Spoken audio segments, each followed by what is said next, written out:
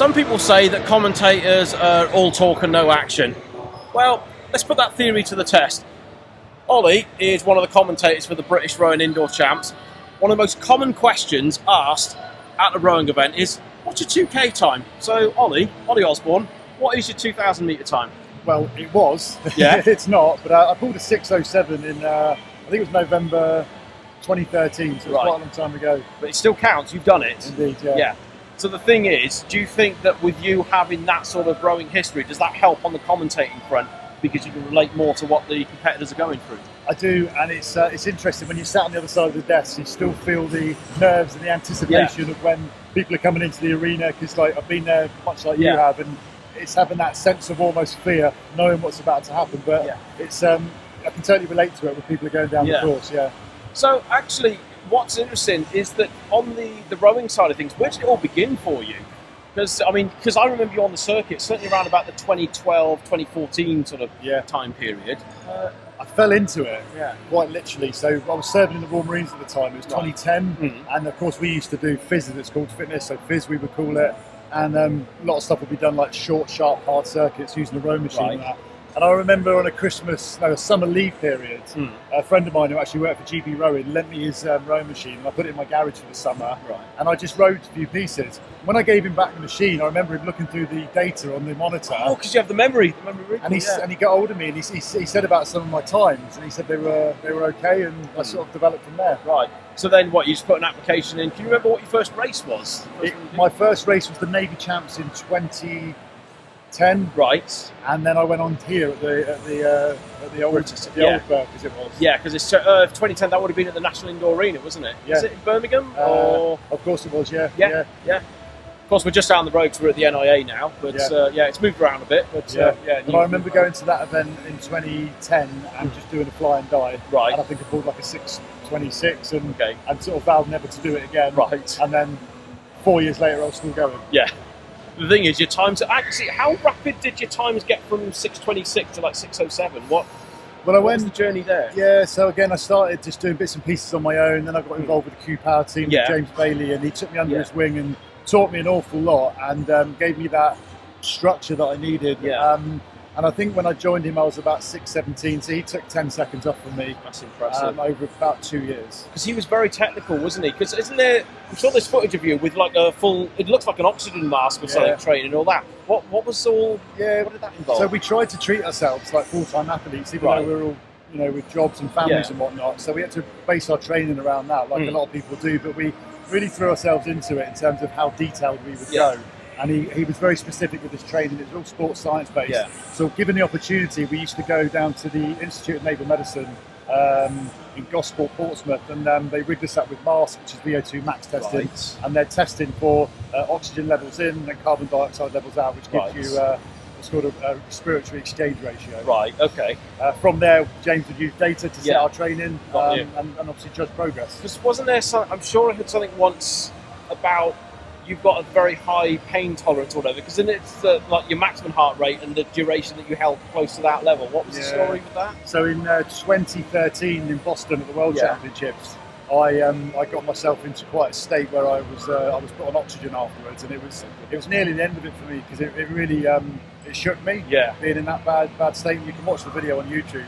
I think, isn't there this like people they holding you and help carry you off the machine, don't they? Yeah, I ran my heart rate about 3 beats off maximum for over 5 minutes. We sent that data to the Institute of Naval Medicine for them to look at, and then we started getting testing done. But it showed that I had a very high lactic threshold, but also I had the ability to push myself pretty hard. Got you, So obviously it made a difference, because then you took quite a bit of time off. And the thing is with me, I found that I was never the biggest, even though I'm 6'2", all my height's in my upper body. Right. So my legs are relatively short, so I felt like I was always at a disadvantage in terms of how big I was. Without the legs, you're not going to have the same leg drive as some of the others, are you? The only thing that I had though, when I was sitting next to someone on the start line, I just had this attitude where if I knew that we were around about the same sort of pace, I wasn't the biggest and I wasn't the strongest, but I just had this thing in my head that I can outlast you in terms of pain. I would win in terms of the pain contest, and that's how I kind of like based my success and and it's quite successful. Do you know what? Someone I spoke to earlier this year, he used the expression, even if he was up against someone bigger than himself, he just said it was just leverage and heart. Yeah. And he said, I got plenty of that, you know? Yeah. And his mindset was that he would not be beat by anyone. Yeah. He would just dig in no matter what. And that's the mentality I had, whether that comes from serving in the Royal Marines and having that ethos of just being able to push, hold your standards really, really high. Yeah. And like, you know, indoor rowing, as we know, it's not the most glamorous of sports. I remember many winters in the garage at home when it's freezing cold, just rowing because I was aiming to get to the start line 3 or 4 months down the road, or what was effectively a 12-year training plan. Right. And you've got to have that. I suppose it's kind of like a sick kind of attitude. You have to just go and just row, and it's not glamorous. No. It's just, you just got to get on with it. Yeah, it's basically, it's all the mileage. It all adds up, doesn't it? And I've heard of some of these people, this sheer amount, I mean, on the indoor scene, I'm hearing of ones who are punching in like close to 100k a week. Yeah. I mean, it's like, I think I did that once in my life. Yeah, we would average over 100k. Really? Yeah, but the thing is with me, and the reason I finished was because of injuries, and I was medically discharged from the military, from the Royal Marines after 14 years of service, and that came at a cost of rowing as well. I think. Yeah. The stress it put on my body doing 100 kilometres a week. Right. It's a big ask. Yeah. Yeah. It is. Well, especially I mean, you look at these full-time athletes. They're training for a living, whereas you're doing a full-time job and trying to do the training as well. It's a lot. Yeah, and like I said, you know, we really try to pride ourselves on acting like full-time athletes, even though we had jobs, families, kids, etc. So trying to put the hours in. Like I said, I remember on like, you know, a dark December night, 9 o'clock at night. I've been at work all day. I've done the school run. I've got the kids to bed. I've got to go training. Yeah, it's not glamorous. No. Thing is, I'm guessing you've got some pretty good memories from the whole thing. 100%. Out of interest, favourite race, if I was to put that on you now? Or maybe a top two? Do you know what? I think the favourite race for me was the 2014 World Championships in Boston. Right. I think I finished 6th. I knew I couldn't medal at that. I knew there was guys that were faster than me. And I was going back to the venue where I had that horrendous experience the year before when I nearly quit because it really shook me. Yeah. To go back and sit on that start line again and perform. And I think I went 6:09 in that, and I pulled a really, really good race. I don't think I could have gone any quicker on the day. Yeah. So that was really, really memorable. Yeah, of course. I know I've raced in that. That was the ice hockey arena that they covered over. The air was so dry in there, wasn't it? It's like your mouth goes to cotton wool almost. It's like someone shoved it in there, and it's very, very tough. Yeah. I mean, the other race that stands out was the Navy Championships. Right. All these are on YouTube. You can watch them. When I pulled my PB, that was 6:07, and that's memorable. 1, it's a PB. Yeah. 2, it was just, everything just felt amazing. And honestly, it's one of those things I look back and go, I could have gone 6:04 on that day. I could have gone quicker, because if you watch the video, it was all controlled. There was no pressure to win that race because I was going to win it. And it was everything just flowed nicely. We actually spoke about this in commentary earlier, because a couple of the races, people who are massively in the lead, you're then in a position, are you going to try and chase down a time, or are you just going to make sure of the gold medal and secure the win? Yeah. I suppose you're in that situation. And the thing is, when we were training, we didn't do too many 2Ks in training, because it kind of eats up part of the training schedule. Yeah. So of course we get all our races where we get our biggest results, but had I done a time trial at home without the race start computer, which obviously robs about a second, and not in this horrible environment, you can go quicker. Yeah, I know. So of course, I mean, how did you find? So when you finished the rowing, then you sort of moved into commentary, didn't you? How did that come about? Was it Devon, the Sam's race? Yeah, well, a good man got hold of me and said, "Do you want to come and do some commentary?" And jumped at the chance, and of course we did the Devon Championships. I think we did a few more. We did the British in 2016. That's it. We did the Welsh twice in 2015, and I think we did 2015. I think you were there 2016 as well.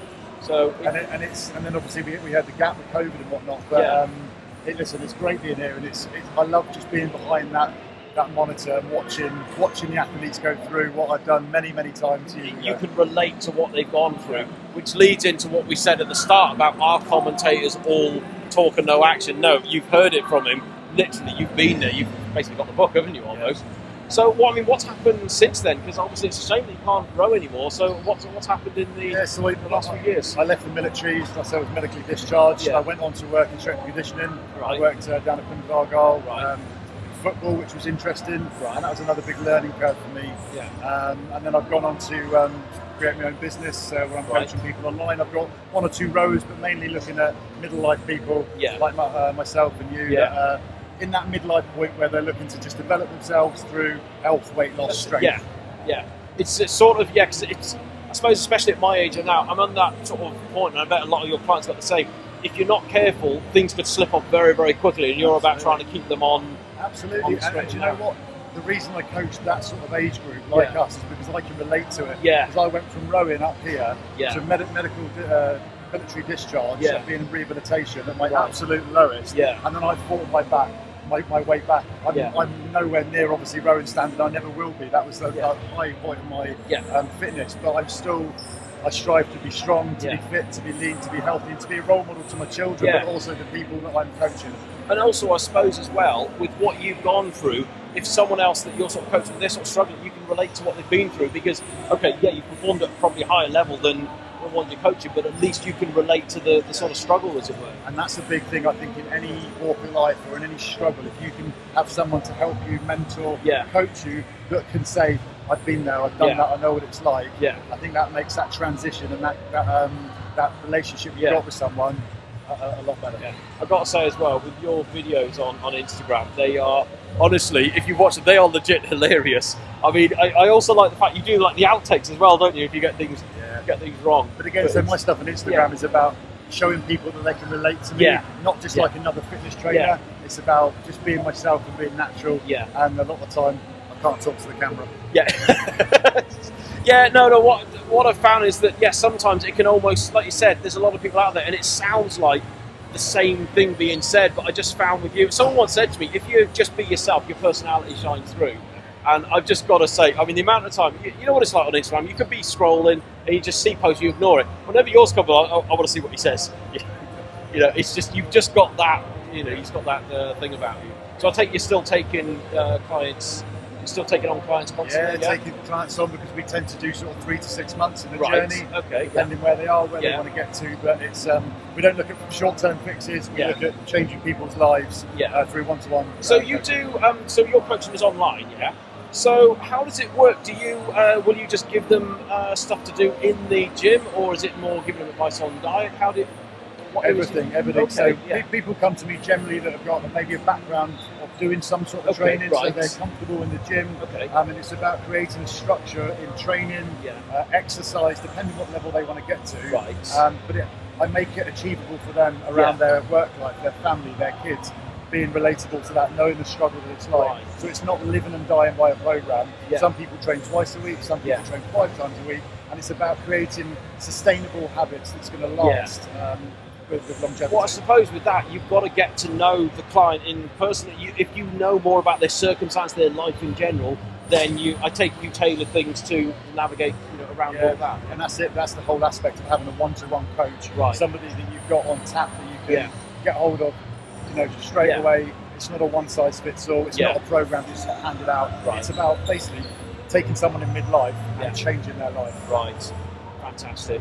Ollie, absolute pleasure. Thank you very much. All right. Okay, we've got to get and do some more commentating now. Right, see ya. 20 metres about